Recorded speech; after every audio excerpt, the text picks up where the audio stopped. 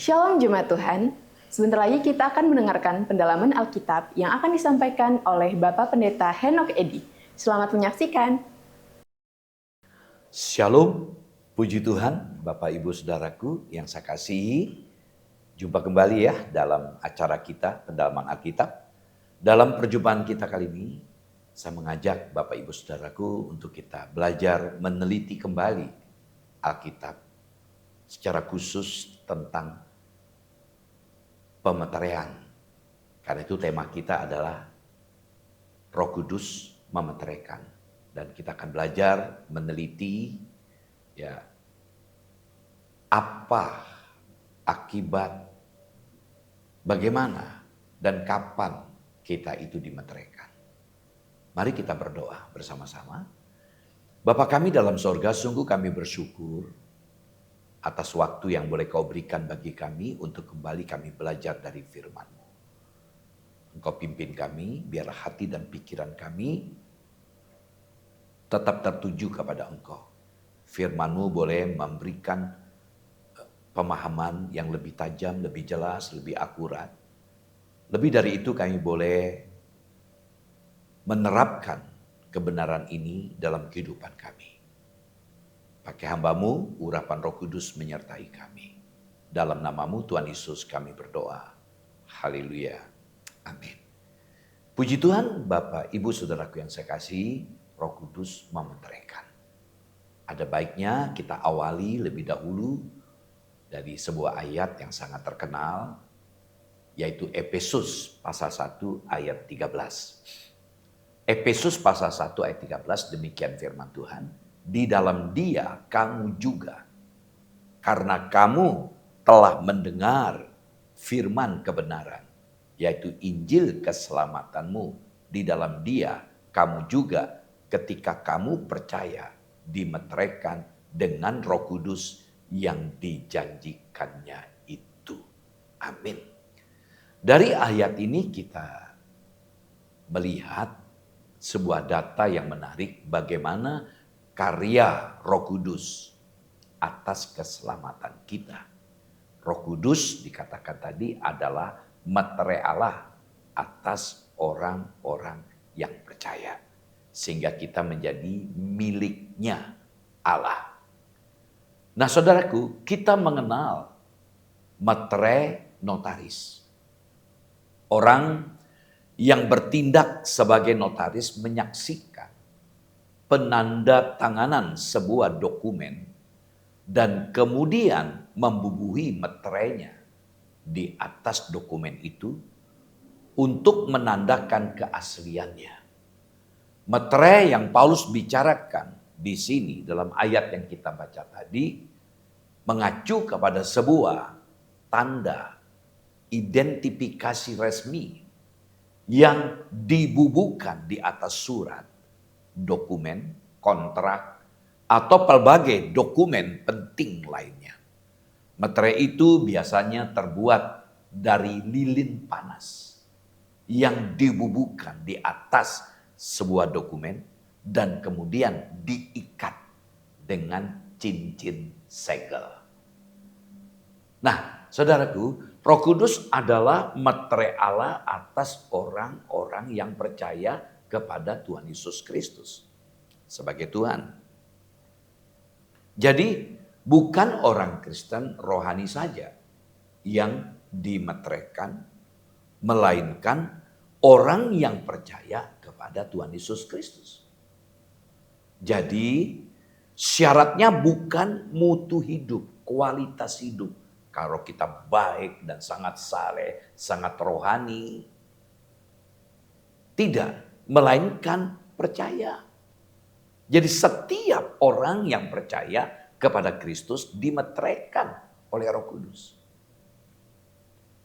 Nah, kata dimeteraikan oleh Roh Kudus bukan perintah. Misalnya, hendaklah kamu penuh dengan Roh Kudus, itu perintah. Kita diminta untuk penuh dengan Roh Kudus. Tapi ketika bicara tentang pemeteraian di sini, ini bukan perintah. Tidak pernah diperintahkan oleh Tuhan. Dalam Alkitab pun kita tidak jumpai data itu. dimeteraikan terjadi otomatis.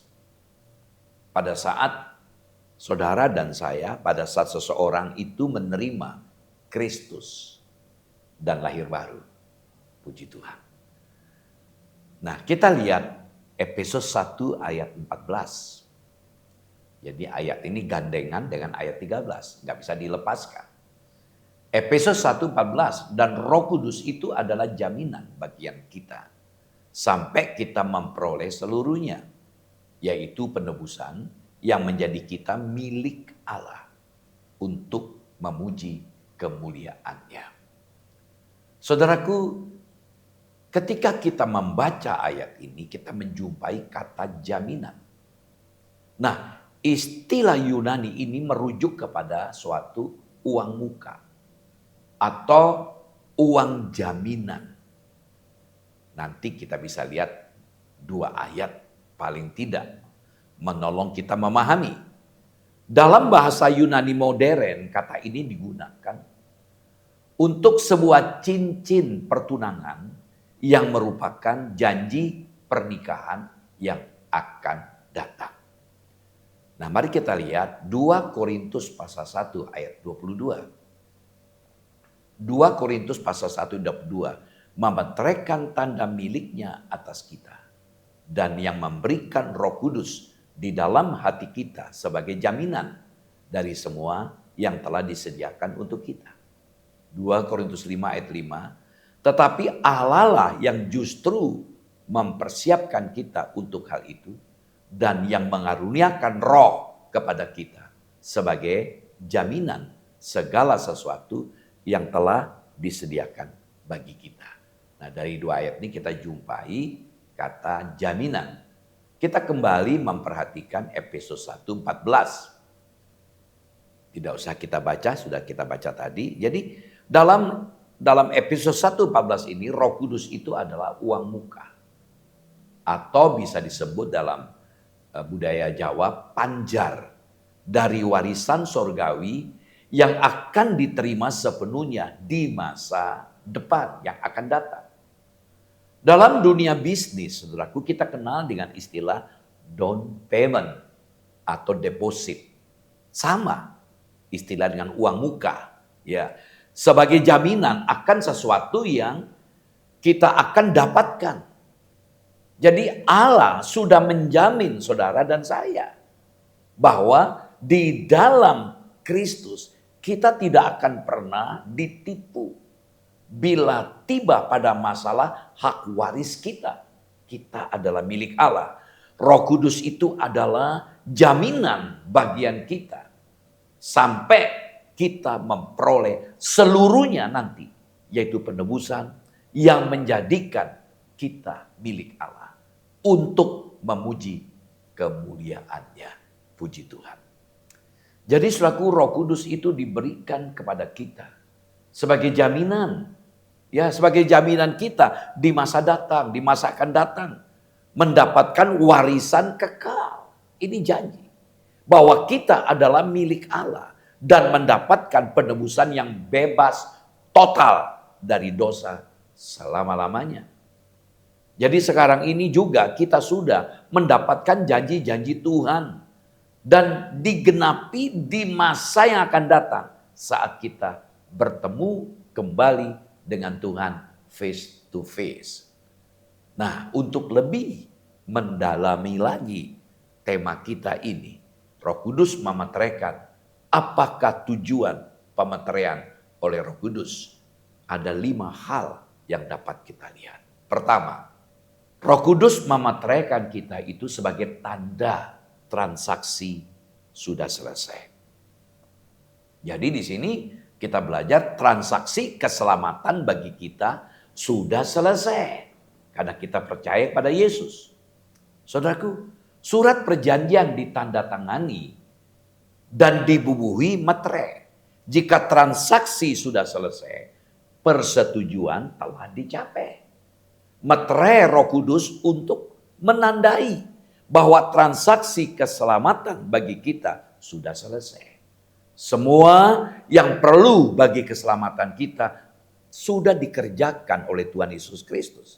Jika kita percaya kepada Kristus, kita telah boleh yakin akan keselamatan kita di dalam Dia.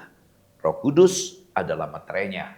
Karena itu saudaraku, tidak perlu kita ragu-ragu lagi akan keselamatan kita. Dijamin karena kita dalam miliknya.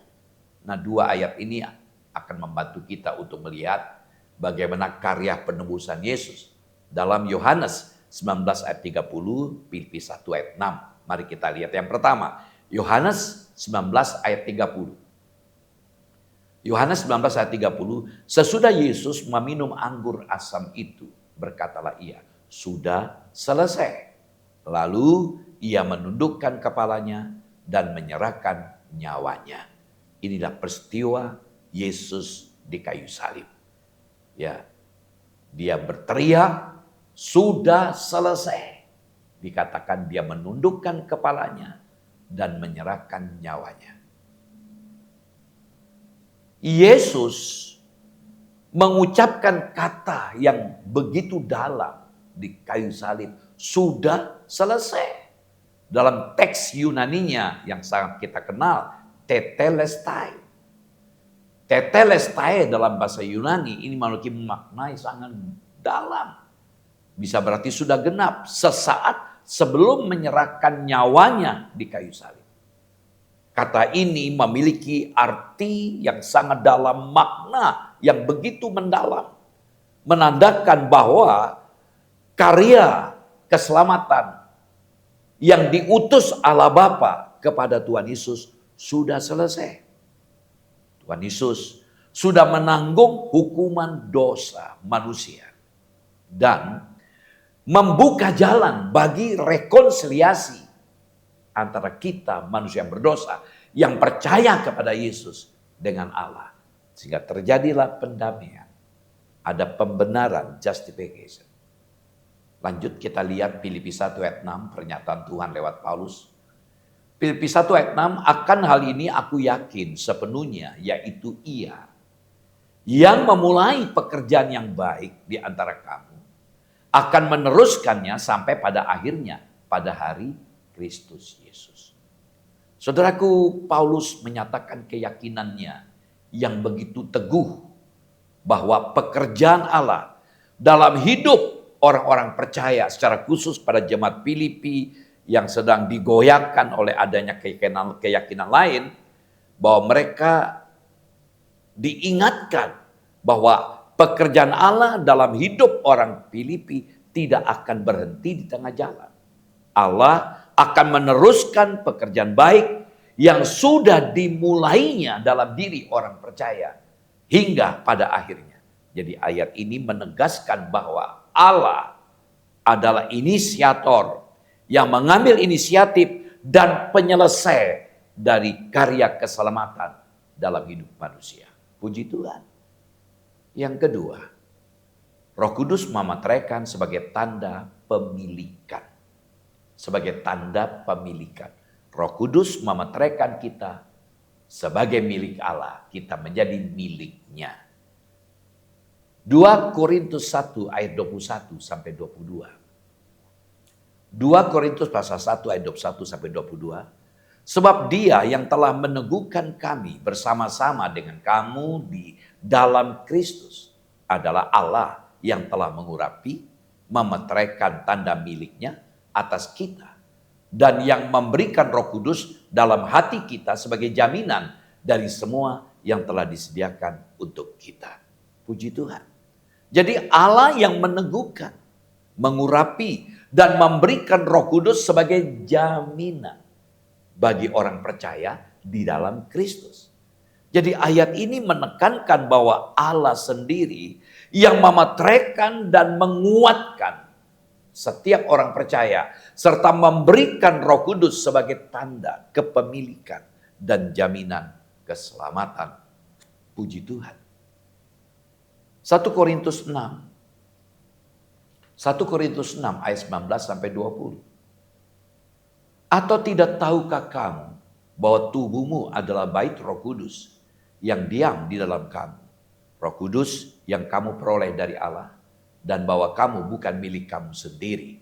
sebab kamu telah dibeli dan harganya telah lunas dibayar. Karena itu muliakanlah Allah dengan tubuhmu. Amin. Jadi saudaraku, tubuh orang percaya itu dikatakan tadi adalah bait Roh Kudus. Dan bukan milik diri kita sendiri, melainkan itu milik Allah. Karena kita sudah ditebus dengan harga yang lunas. Oleh karena itu sebuah ajakan perintah, tubuh itu harus digunakan dengan tujuan hanya untuk memuliakan Tuhan. Jadi pesan ini menekankan betapa pentingnya menjaga kekudusan, kesucian tubuh dan mempersembahkannya sebagai ibadah kepada Allah. Tubuh untuk kemuliaan Tuhan. Paulus mengingatkan jemaat Korintus bahwa dahulu memang mereka berdosa, tapi sekarang ini mereka sudah dikuduskan dan dibenarkan dalam Yesus Kristus melalui baptisan Roh Kudus. Konsekuensi dari perubahan status itu adalah mereka harus, ini yang pertama, meninggalkan dosa-dosanya yang dahulu, tinggalkan hidup lama kita. Dan yang kedua, mereka tidak lagi bebas melakukan segala hal yang dilakukan oleh komunitas-komunitas di luar kekesenan. Jangan ikuti mereka. Standar yang baru ini bukan mempermasalahkan halal atau haram, tapi apakah yang mereka lakukan itu berguna bagi dirinya dan memuliakan Tuhan. Jadi peringatan ini diberikan agar kita tidak memberikan diri untuk diperhamba oleh apapun, karena kita sadar kita adalah hamba Tuhan, karena kita adalah miliknya, maka sepantasnya Tuhanlah yang kita muliakan lewat segala sesuatu yang kita lakukan. Saudaraku, kebebasan moral yang menganjurkan orang untuk memenuhi segala keinginan tubuh sudah demikian kuat memberikan pengaruh kepada jemaat Korintus. Gaya hidup mereka adalah gaya hidup aji mumpung. Sebab itulah yang menurut mereka menikmati hidup selagi masih muda misalnya. Mari kita nikmati hidup sesuka kita. Jadi mereka berpikir bahwa seperti halnya keinginan makan dituruti dengan tindakan makan, demikian juga dorongan seks bisa saja diikuti dengan percabulan. Namun Kristen tidak boleh hidup dalam pola perbudakan terhadap apapun, sebab tubuh kita adalah milik Kristus. Puji Tuhan. Sebagai gambaran contoh, stempel yang tertera pada sebuah buku itu menunjukkan milik siapa buku itu. Saya punya buku di perpustakaan pribadi saya, ada stempel. Ketika membuka buku saya ada nama saya tercantum bahwa itu adalah milik saya. Mata uang yang punya cap kaisar adalah milik kaisar. Itu pernyataan Tuhan Yesus dalam Matius 22 ayat 21. Di dunia peternakan, saya pernah tinggal di desa dan saya amati terutama kerbau. Di sana banyak peternakan kerbau di Nusa Tenggara Barat. Setiap kerbau itu ada cap dari bagian peternakan. Ada cap lapor bahwa itu milik kita, dicap. Dibakar besi bakar, ditempel di bagian punggung belakang. Jadi itu dicap menunjukkan siapa pemiliknya. Sehingga kerbau itu tidak bisa diambil alih orang lain. Ada tanda pemilikan. Yang ketiga, Roh Kudus memeteraikan sebagai jaminan atas warisan kita. Roh Kudus adalah uang muka dari warisan kita. Saudaraku, episode 1 ayat 14. Episode 1 14. Dan Roh Kudus itu adalah jaminan bagian kita sampai kita memperoleh seluruhnya, yaitu penebusan yang menjadikan kita milik Allah untuk memuji kemuliaannya. Perhatikan kata jaminan. Kata jaminan dari teks bahasa Yunani, dari kata arabon, Kata arabon itu artinya uang muka. Sebagai jaminan bahwa harga seluruhnya itu akan dibayar pada waktunya. Nah saudaraku, ayat-ayat yang saya tulis di PPT ini, 2 Korintus 1 ayat 22, 2 Korintus 5 ayat 5 sudah kita baca tadi, tapi intinya sama. Jadi kita melihat Roh Kudus adalah uang muka dari warisan kita. Melalui Roh Kudus kita bisa mencicipi sedikit hal-hal rohani atau surgawi sekarang ini. Kita bisa menikmati apa yang Tuhan janjikan itu. Tetapi Roh Kudus itu merupakan jaminan atau kepastian bahwa kelak kita akan menikmati sepenuhnya. Sementara saat ini kita hanya mencicipi sedikit demi sedikit. Puji Tuhan. Yang keempat, Roh Kudus memeteraikan sebagai tanda otoritas. Roh Kudus adalah tanda otoritas Allah yang dikaruniakan kepada kita. Saudaraku, Fir'aun sebagai raja memberikan cincin meterainya kepada Yusuf ketika Yusuf dilantik menjadi Perdana Menteri. Dapat kita lihat dalam Kejadian 41 ayat 42. Dikatakan sesudah itu Fir'aun menanggalkan cincin meterainya dari jarinya dan mengenakannya pada jari Yusuf. Dipakaikannya lah kepada Yusuf pakaian daripada kain halus dan digantungkannya kalung emas pada lehernya. Diberikan otoritas. Yang kedua, Ahasweros. Ahasweros memberikan cincin meterainya kepada Mordekai. Dapat kita lihat dalam Ester 8 ayat 2 dan ayat 10. Ya, kita melihat bagaimana ketegangan yang terjadi pada waktu itu karena Mordekai tidak mau menyembah Haman, pemimpin tertinggi di bawah Raja Ahasweros. Haman marah, minta rekomendasi untuk menghukum bukan hanya Mordekai, semua orang Yahudi.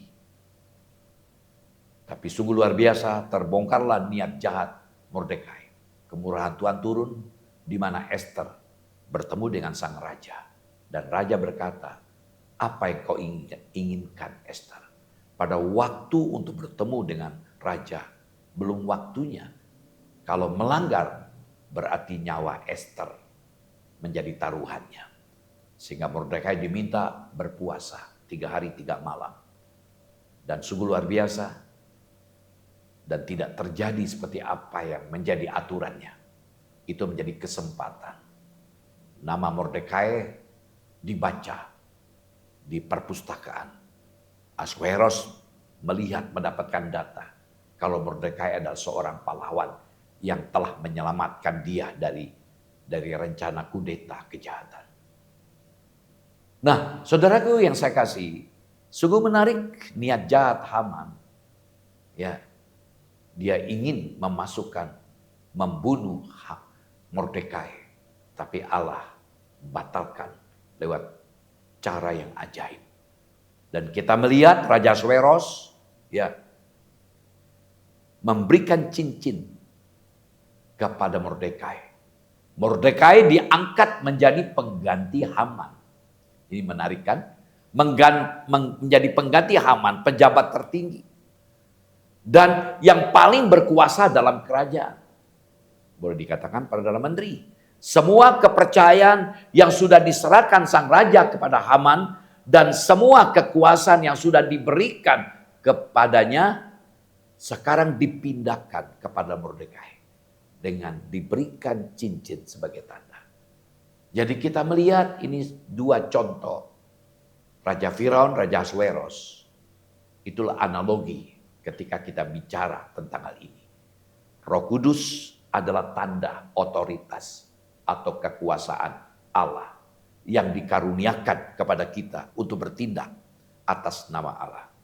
Mari kita lihat Kisah Rasul 1 ayat 8. Sebelum Yesus naik ke sorga, Yesus berkata pada murid-murid, jangan tinggalkan Yerusalem. Mereka berdoa. Hari ke-10 Roh Kudus turun. Nah, sebelum itu terjadi, Yesus berkata, Kisah Rasul 1 ayat 8, tetapi kamu akan menerima kuasa kalau Roh Kudus turun ke atas kamu, dan kamu akan menjadi saksiku di Yerusalem dan di seluruh Yudea dan Samaria dan sampai ke ujung bumi. Jadi ayat ini mempertegas orang-orang percaya dimampukan, orang-orang percaya diberikan otoritas, kekuasaan. Kuasa itu diberikan ketika Roh Kudus turun. Dan untuk apa Roh Kudus turun? Untuk memampukan mereka bersaksi dari Yerusalem, Yudea, Samaria sampai ke ujung bumi. Kita melihat Markus 16 ayat 17 sampai 18. Ini pernyataan Tuhan sebelum beliau naik ke surga. Markus 16 ayat 17 sampai 18. Tanda-tanda ini akan menyertai orang-orang yang percaya. Mereka akan mengusir setan-setan demi namaku. Mereka akan berbicara dalam bahasa-bahasa yang baru bagi mereka. Mereka akan memegang ular. Dan sekalipun mereka minum racun maut, mereka tidak akan mendapat celaka. Mereka akan meletakkan tangannya atas orang sakit. Dan orang itu akan sembuh. Puji Tuhan. Dari ayat ini kita bisa melihat kita diberi kuasa oleh Tuhan untuk menjadi saksinya. Ya, sehingga kita mampu melakukan perkara-perkara besar ketika kita menjalankan tugas misi kita untuk bersaksi. Dikatakan tadi semua tanda-tanda yang menyertai pelayanan mereka membuktikan bahwa kuasa Yesus ada bersama-sama dalam kehidupan orang percaya. Allah mau memberikan kesempatan kepada manusia sebagai mitranya, sebagai partnership di dalam menjalankan misi keselamatan umat manusia. Sehingga kita tidak perlu takut, tidak perlu ragu-ragu. Kita akan pergi memberitakan good news, kabar baik. Karena Roh Kudus sudah memberikan otoritas kuasa. Allah tidak pernah membiarkan umatnya berjuang sendiri-sendiri di tengah-tengah dunia dalam menjalankan tugas misi pelayanannya. Ia senantiasa mendampingi dan menyertai saudara dan saya. Allah tidak mengutus umatnya tanpa perlengkapan perang. Allah memperlengkapi umatnya dengan kuasanya. Otoritas ada dalam kehidupan orang percaya. Puji Tuhan. Yang kelima, Roh Kudus memeteraikan sebagai tanda keamanan. Hanya Allah yang bisa membuka meterai itu. Ketika itu dimeteraikan, maka tidak ada yang bisa kecuali Allah. Barang yang sudah dimeteraikan tidak boleh diganggu-gugat oleh orang lain. Artinya aman. Roh Kudus memeteraikan kita. Hanya Allah yang bisa membuka meterai itu. Tidak ada seorang pun dan tidak juga setan diperbolehkan merusak kita. Kita dimeteraikan sampai hari penebusan akhir.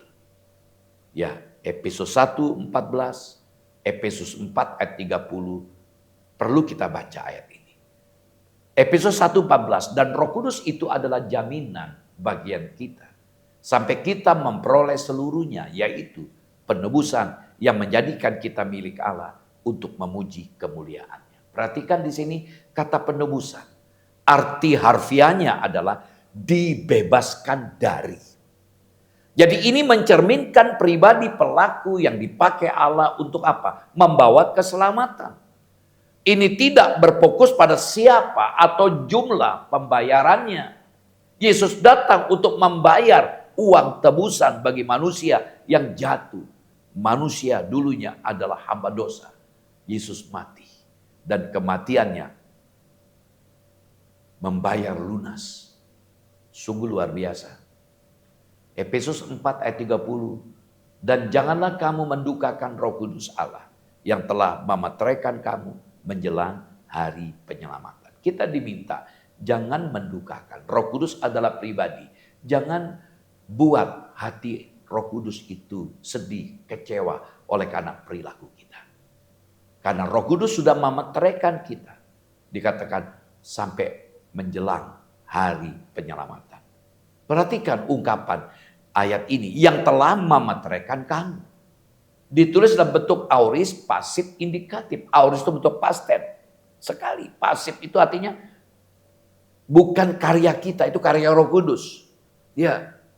Nah, saudaraku, jadi pematerian ini dilakukan oleh Roh Kudus pada saat keselamatan. Artinya pada saat kita percaya, mengambil keputusan, mengaku dosa dan menjadikan Yesus sebagai Tuhan. Pematerian ini adalah tanda budaya dari kepemilikan, keamanan, dan keaslian.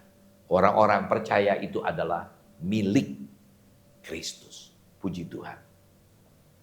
Saudaraku yang saya kasih,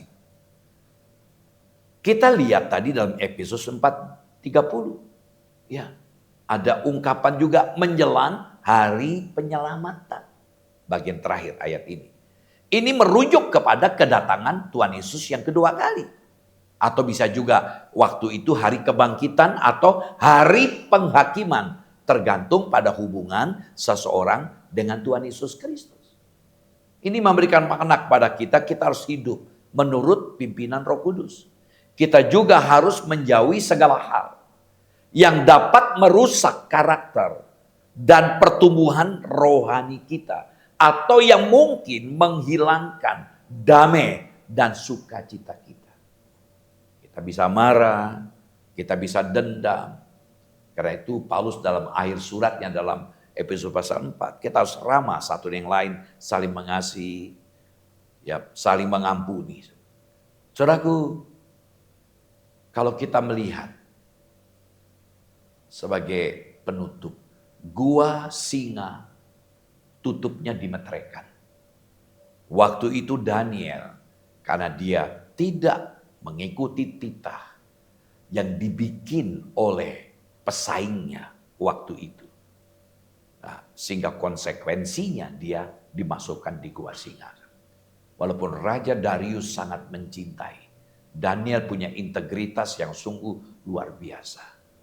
Tapi karena perintah sudah dibuat dan dicap oleh raja, barang siapa dalam 30 hari tidak menyembah kaisar, maka dia akan masuk ke gua singa.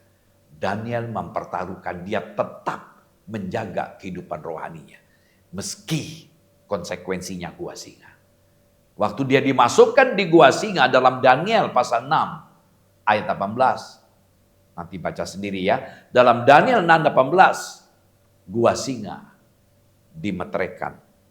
Artinya tidak ada seorang pun yang berani membukanya. Karena itu di bawah otoritas sang raja. Ketika Tuhan Yesus mati karena disalib, karena inisiatif dari Yusuf dari Arimatea dan Nikodemus menguburkan mereka dan diizinkan oleh pemerintah waktu itu, dan kubur itu dimeteraikan. Jadi kubur Tuhan Yesus dimeteraikan. Artinya tidak ada yang berani membukanya. Kita lihat dalam Matius 27 ayat 66. Nah, sebagai contoh konkret, saudara, kalau kita lihat sarana dari PLN, meteran listrik, di situ ada segel. Dan itu dalam bentuk timah ya. Disegel, tidak boleh dibuka. Jadi materai listrik itu dimeteraikan. Tidak boleh diutak-atik. Melanggar sanksinya. Sagu kita sudah belajar 5 hal. Roh Kudus memeteraikan kita. Sebagai konklusinya, kalau keamanan atau keselamatan kita dijamin, adalah kewajiban saudara dan saya untuk hidup lebih bertanggung jawab sebagai orang Kristen. Amin. Mari kita datang pada Tuhan. Bapak, terima kasih buat firman-Mu yang boleh kami terima, kami dengar. Mampukan kami terus Tuhan untuk menyadari betapa indahnya hidup kami di dalam Engkau. Kami adalah milik-Mu. Biar kami boleh belajar hidup sebagai hamba yang dimiliki oleh Engkau. Mampukan kami agar kami hidup betul-betul berkenan di hadapan-Mu. Kami bersyukur dan berkat Tuhan menyertai setiap anak-anak-Mu. Dalam nama-Mu Tuhan Yesus kami berdoa. Haleluya. Amin. Shalom. Sampai jumpa lagi, Tuhan Yesus memberkati. Terima kasih jemaat Tuhan telah mengikuti pendalaman Alkitab kali ini. Semoga renungan hari ini dapat menjadi berkat bagi kita. Sampai jumpa di pendalaman Alkitab mendatang. Tuhan Yesus memberkati.